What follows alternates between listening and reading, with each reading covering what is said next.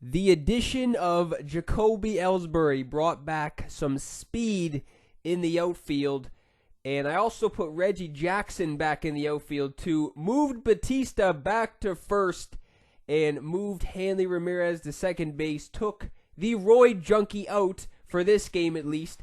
And this was a very good pitcher's duel because that was that flashback UBALDO Jimenez. And I figured it was because he did also have Nolan Arenado on his team. And I think you have to fill out the Rockies roster to get Jimenez. I'm not sure if that's what you have to do, but I think that's what you have to do to get that flashback UBALDO Jimenez. And he also paused the game a couple times too. And I noticed that his velocity and stamina was really good. Like his velocity was almost to the max. And I know that UBALDO Jimenez has about mid-90s velocity. Who the hell is even going to bring out that just the standard base UBALDO Jimenez anyway? You'd have to be a fucking crazy person to just bring the standard Jimenez out to the hill.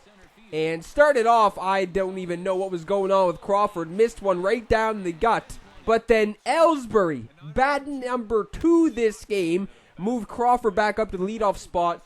Ellsbury goes deep. So he is still going off since he has been on the team after that debut. Next guy is Yogi Berra, just grounding back out to the pitcher right there. And then Batista is also grounding out to end that inning. So getting off to a pretty decent start with Ellsbury going deep. This guy had a couple decent players, man. Like I said, he had Nolan Arenado, Anthony Rizzo. He had Corey Seager, who every single person has, it seems, and Starling Marte. I'm actually getting fucking sick and tired of seeing Starling Marte, man. Every single person has either Ichiro leading off or Starling Marte or Mookie Betts. Those are the only fucking 3 guys you see leading off for people's teams now. It is insane, especially Starling Marte, man. I find that's the number 1 guy I see. Him and Ichiro are just, it's just too crazy. They should fucking just take Ichiro out of the game because everybody's using him, and it's getting a little bit annoying now. And that's the fucking reason why I got rid of Ichiro, man. The funny thing is, though, is that everyone who uses Ichiro against me always goes off with him. But when I was using Ichiro, I couldn't get shit going. So that is kind of a piss off as well. In the bottom of the second, I am getting nothing. Going down on the last out of that inning on the strikeout to Cal Ripken. So coming back out, man, Fernandez was on the hill, obviously, as you saw.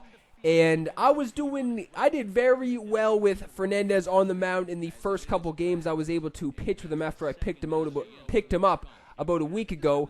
And coming out of the gates, I was doing pretty decent as well. Top of the third, he is going down, making no noise either. So 3 innings have passed for this guy, and he doesn't even have a hit on the board, I'm pretty sure. So I figured this was going to be another decent start for Fernandez, because if I get off to those good starts, that's usually the case. Hanley is getting jammed, but that is landing. I could have probably even made it to second base right there if I continued going. I have no idea. Hanley is caught with his thumb up his ass. Doesn't go to second. And Fernandez was robbed of that hit right there. And he gets thrown out. Or Hanley gets thrown out at second base on the fielder's choice. And then Crawford is flying out to end that inning. So top of the 4th is coming up now. And Marte is leading it off. He's leading it off in this inning. 0-2 count, man. What a surprise. Guy is laying down a bunt. And he's able to make it in, playing the bunt defense and everything. Corey Seager going deep. Huge to let Marte on base, because that is a 2-run jack to give this guy the lead. Corey Seager is another guy I'm getting sick and tired of seeing. And what do you know? He punches me in the fucking face going deep. So he takes the lead. I'm getting the next 2 guys on the K's, though. And then last out of the inning is coming to the ground out to Hanley right there. So after that, need to respond quick before it gets a bit too... I don't know what the hell's going on, man. This game I was feeling a little bit off because I sit on those high fastballs, and he was just throwing them right by me. 2 of them down the middle I didn't even touch. That should have been gone. You saw that at the bottom left of the screen right there, man. That was right in the middle of the PCI. Good swing. Just a fly out to the warning track, a couple feet short for Bautista right there. So it's still 2-1. Top of the 5th. That is a generous call right there if I've ever seen one. That looked like a ball, 100%. Anthony Rizzo is sending one down the right field line. That is just making it over the wall. So now he takes the 3-1 lead after I walked a guy. I think I walked Cano. Next guy is just flying out to right field right there to end that in. So now he's got the 2-run lead going into the bottom of the 5th. Reggie Jackson, put him back in the lineup. He's good against righties, so I figured this would be a good time to put him back in the lineup since he did have a righty on the mound. And first out, Jackson is just flying out to left field right there. And then Ripken is getting a hold of one right there. That is also looking good off the bat. But that is also just a fly out to the warning track. So Bautista and Cal Ripken almost go deep, just a couple feet short again. This guy wants to lay down some bunts. I will respond with laying down some bunts. But Fernandez is striking out. Top of the 6th. He's got Seager leading it off. High and deep to right. Reggie looking up. Gone! Shit is escalating quickly in this game. He hits his 2nd home run of this game with Corey Seager. And I don't even know what the hell was going on with this guy. First 3 innings, wasn't able to get shit. I thought I had to go in with Fernandez on the hill. But then after like the 4th inning, this guy was just crushing the cover off the ball. I couldn't even get this guy to hit a weak ground out or anything. He was just destroying the ball. So it's getting a little bit late in this game. He's got the 3-run lead like I mentioned. So Crawford is leading it off, not getting anything. So that's pretty big, getting Crawford out. And then Ellsbury, second guy in this inning, is just flying out in foul territory right there. So we are not really running out of time yet, but the way things were going in this game, I really didn't have a good feeling about how this game was going to end up. He had the momentum. He was crushing the ball.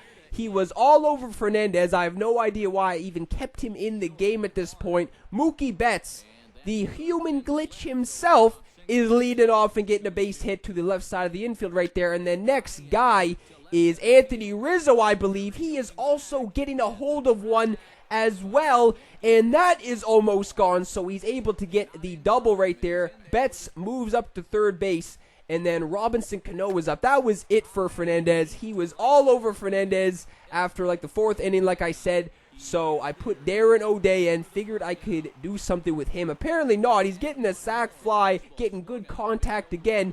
And then UBALDO is up. Check out this guy, man. Going for the suicide squeeze with a 6-1 lead. This guy is just trolling now. And, oh wait, it was the 5-1 lead. Either way, he was just trolling at this point, man. He's laying down a suicide squeeze with a huge lead. Late in the game, this guy was just laughing in my face at this point. So we are now in the 7th, and Batista is starting this inning off with a fly out in foul territory, but Donaldson is getting jammed as well. And that is just a fly ball as well, but that is in fair territory this time. Reggie Jackson up at the dish next, sending one deep, finally getting some amazing contact on the ball and sending one over the center field fence. Not just, I thought that was going to be another warning track shot right there like Batista and Ripken's earlier in this game. And then Ripken is flying out to end that. And this guy is looking to put this game out of reach. The 0-1 delivery. This is well struck. High and deep toward the left field corner. And gone right down the line. Bases are empty here, nobody out. Now that ball is smoked. Carrying to deep left. Looking up is Ellsbury. Gone! Can you believe it? Corey Seager hits his 3rd home run of this game, this time down the left field line, and then he follows it up with another dinger, so back-to-back jacks.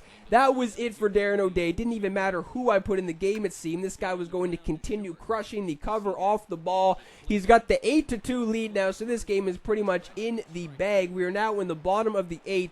Hanley is grounding out to begin this inning. Then 2 batters later, Crawford is also grounding out to Seager right there. So he just went down 1-2-3 in the top of the 9th. So bottom of the 9th now. Ellsbury needs to get on base if I even want to stand a hope in hell of coming back, but he is just flying out to left field. So 1 down now. Yogi is coming to the dish next. He is due. It is rare for Yogi to not even get at least 1 base hit on the game.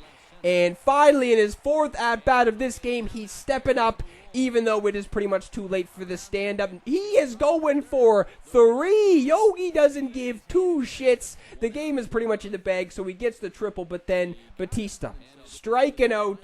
I'm down to my last strike and last out of this game. Donaldson goes down swinging. That was actually a pretty decent performance from Ubaldo Jimenez. I only had about 5 hits. And if it wasn't for fucking Corey Seager hitting 3 dingers against me, Ubaldo probably would have 100% gotten player of the game. This guy kicked my ass. It was ugly.